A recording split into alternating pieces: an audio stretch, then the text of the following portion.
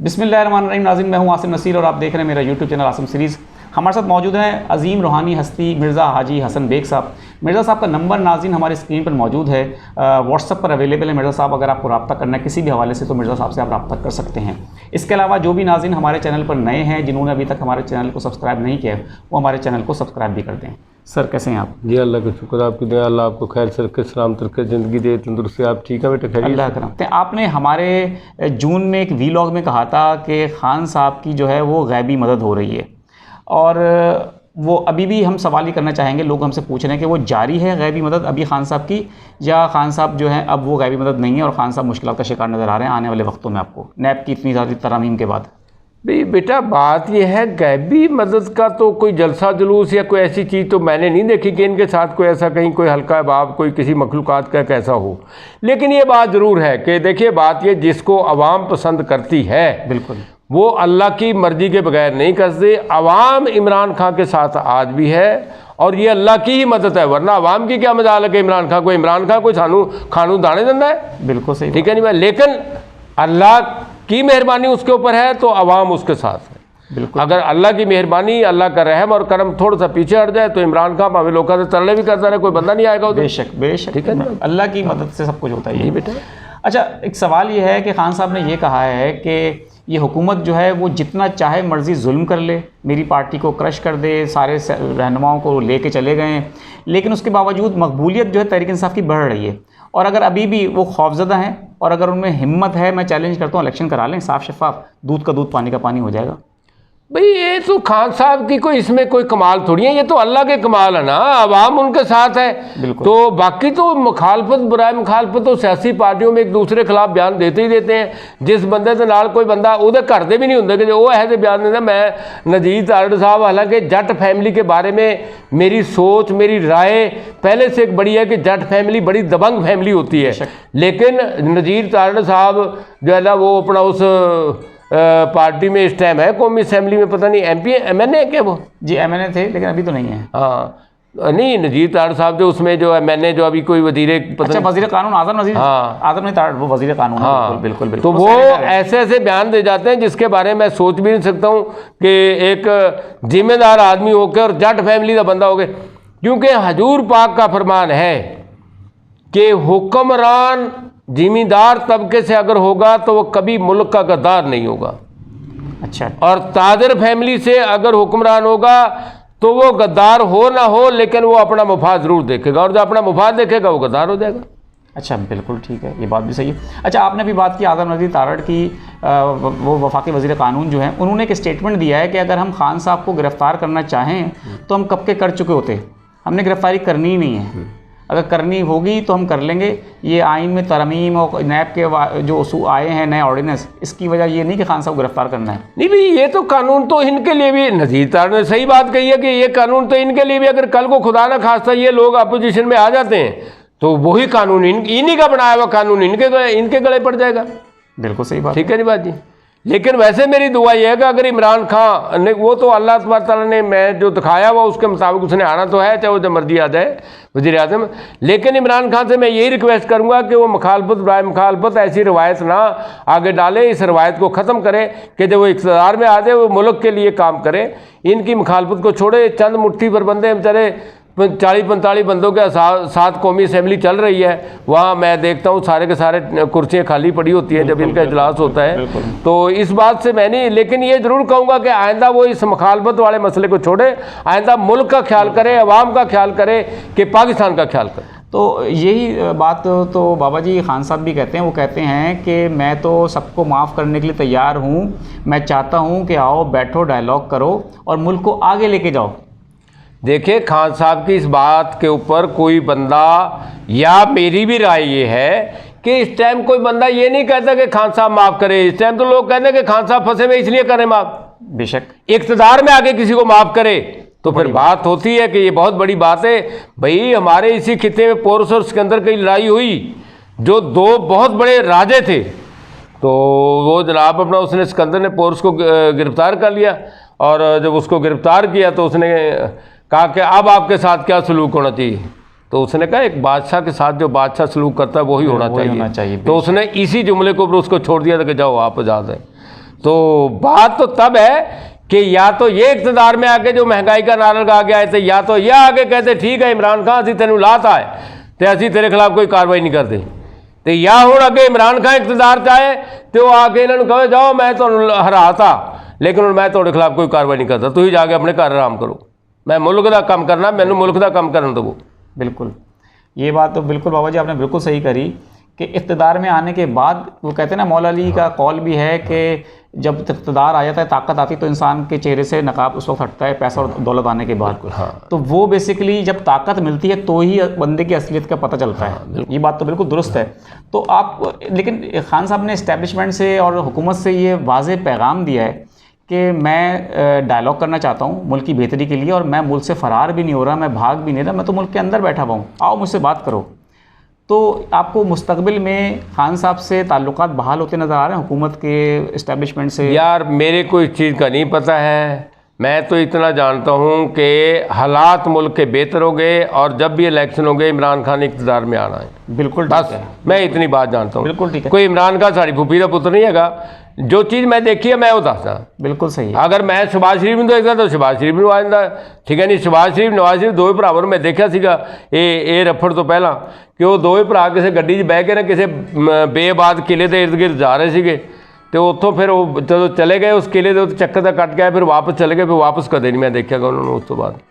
तो ये तो आपने बड़ा अजीब सा ख्वाब देख लिया, आपको लगता नहीं ये नवाज शरीफ अब दोबारा इक़्तिदार में नहीं आएंगे? नहीं, ये उस टाइम आ गए, बस उसके बाद आ तो गए, अब और क्या है। ये नवाज शरीफ तो नहीं आया, तो उनका छोटा भाई आया है। यार उसी की मर्जी से आया, वो वहाँ पे बैठ के वही तो सारे खेल खेलता है बेचारा, जो वहाँ से मोदी का यार थे वो पता नहीं क्या क्या। अच्छा बाबा जी, लेकिन एक और चीज़ है, अभी दुबई में आपने सुना होगा कि पिछले दिनों मुलाकात हुई है पीपल्स पार्टी की और नून लीग की। सुना है कि नवाज शरीफ साहब को चौथी बार वज़ीर आज़म बनाने के ऊपर इत्तेफाक नहीं हो सका, और वो कह रहे हैं कि हो भी नहीं सकता है और वो बन भी नहीं सकते हैं। अच्छा जी, तो वो तो लेकिन पार्टी के सरबराह नून लीग के, वो कहते हैं सबसे बड़ी पार्टी तो हमारी पंजाब में भाई है, लेकिन अब पार्टी के लोग तो देखो कितने रह गए हैं भाई। कोई बंदा अगर उसकी फैक्ट्री 100 बंदे काम करते हैं, उनका मालिक होता है, उनका सदर होता है, उससे ये थोड़ी है पाकिस्तान का मालिक बन जाए। बिल्कुल ठीक है, बिल्कुल ठीक है भाई। सरकारी बंदियां सरकारी प्यादा बुला के कोई जलसा करना और चीज़ होती है, बिल्कुल सही बात, और आवाम का जलसा होना और चीज़ है। बिल्कुल सही बात है। ठीक है, मैं ये बात है भाई, जब नवाज शरीफ का अरूज था तो था, आपने देखा है, अब नहीं देख रहे, अब नहीं देख रहा हूँ। नहीं, उस टाइम ज़ाहरी तौर पे भी देखा है, रूहानी तौर के अलावा भी देखा है, ज़ाहरी भी बिल्कुल जलसे कि उस टाइम था बिल्कुल। लेकिन अब जो आवाम ही नहीं है गिने नाल किसी पास, ਹੁਣ ਤਾਂ जिथे किते धक्के नाल लोगों ਨੂੰ, वो बहावलपुर में इनका एक जलसा हुआ था पिछले साल, बिल्कुल। तो बहावलपुर के लोगों ने मेरे को बताया कि हाजी साहब बिरयानी के डब्बे दे के जबरदस्ती लोगों को बुलाया गया, वरना कोई जान वास्ते तैयार नहीं सीगा। कहना मेरी ड्यूटी, वो बंदा उत्थे मुलाजम सीगा, उन्हें कहा मेरी ड्यूटी लगी थी, मैं देगा तो डब्बे भर भर के लोगों के घर दे गए भी आओ यार उत्थे तुहानू बिरयानी मिलनी है। तो आपको लगता है कि अगला इलेक्शन जो है आने वाला है, और नून लीग तो इंतखाबी मुहिम शुरू करने का फैसला कर चुकी है, ये बिरयानियाँ दे दे के कौम को वोट डलवाएंगे? भाई पहले भी जो है ना बेवकूफ़ लोग तो जो है ना वो एक बिरयानी की प्लेट के उत्ते विक जाते सी ना, लेकिन हुण विकणगे नहीं, ये गल याद रखो।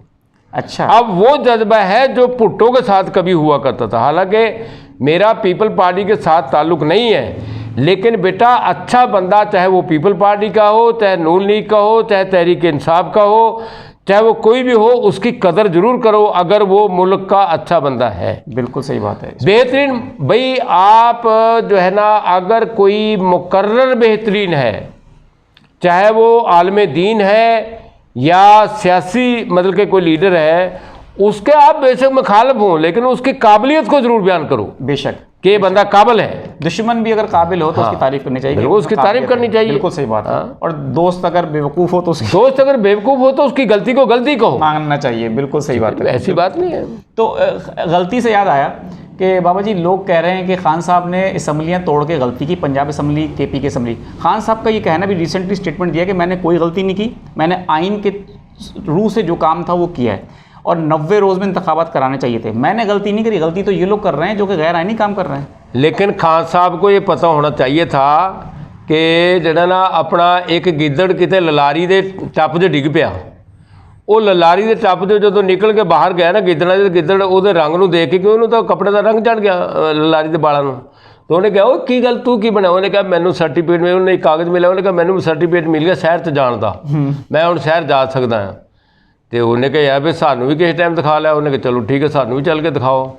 तो वो जनाब अपना ना वो सारे उन्होंने 5-7 गिदड़ां नूं लैके ना जा रहा सीगा, ते जदों उत्थे वो रुका उहदे हत्थ सीगा, ते जदों वो शहर दे या पिंड दे किसी कोल पहुंचा तां अगे कुत्ते बोल भी भौंक पे, ते वो कुत्ते कहंदे इहनूं कागज़ दिखा, उन्हें कहा भज लो ये अनपढ़ ने सारे, कहंदे नहीं कुत्ते जिहड़े अनपढ़ ने इन्हां नूं कागज़ नहीं दिखाना, तुसीं अपनी जान बचाओ भज के। ते खान साहब नूं पता होना चाहिए सीगा भी वो जिहड़ा कहंदा मैं गलती नहीं करी, मैं कानून के मुताबिक कराया। कानून की तो गल जिहड़ी है ना खान साहब वो बड़ी देर की बात होती है, अल्लाह से रहम मांगो। लेकिन बाबा जी मुल्क में आइन तो होना चाहिए ना, अगर आइन नहीं होगा तो फिर तो जो चाहे कोई फैसले करेगा, सुप्रीम कोर्ट के फैसले नहीं मान रहे आप हुकूमत में बैठ के। या बेटा जी इन्हां जदों जिमीदार पैली नूं बंदा उन्होंने 100 बारी बांध देना तो सुहागा एको ही बड़ा होंदा। जिस दिन अल्लाह का कानून नाफज हो गया इनके ऊपर ना, तो उस दिन देखना फिर कोई भी होए चाहे वो सारा का मलिया मेट हो जाएगा। ये गल याद रखो। पिछले साल सलाब ते बंदियां दियां लाशां असीं पईयां देखियां, कोई उन्होंने चुकण वास्ते ना हुकूमत का बंदा गया तो ना उन्होंने लवायकीन नूं उत्थे जाण दिया, ना उन्होंने कोल कोई इहो जी गुंजाइश सीगी। ते अल्लाह तबारक तआला की लाठी को अगर फिर भी ये नहीं समझते हैं तो ये इनकी कमबख्ती है, इनकी कम अकली है, इनकी बदनसीबी है। और अगर अल्लाह की उसको चीज़ को समझ जाए तो बेटा फिर बात ये इतनी बड़ी गलती ना करें, ठीक है नहीं। आखिरकार तो बेटा क़यामत मैंने बताया ना कि वो जो क़यामत तो आनी है, जिस बंदे की फैमिली 10 बंदे मर गए वो वास्ते क़यामत उस दिन आ गई है, बेशक, ठीक है नहीं गाजी। लेकिन असल क़यामत वही है जो पूरी कायनात मलिया मेट हो जाएगी। और फिर इन लोगों को बहुत सारे लोग ऐसे हैं जिनको तौबा का मौका मिलेगा, बहुत सारे लोग ऐसे हैं जिनको तौबा का मौका मिलेगा। वो बदनसीब लोग हैं जिनको क़यामत के वक्त तौबा का मौका नहीं मिलेगा।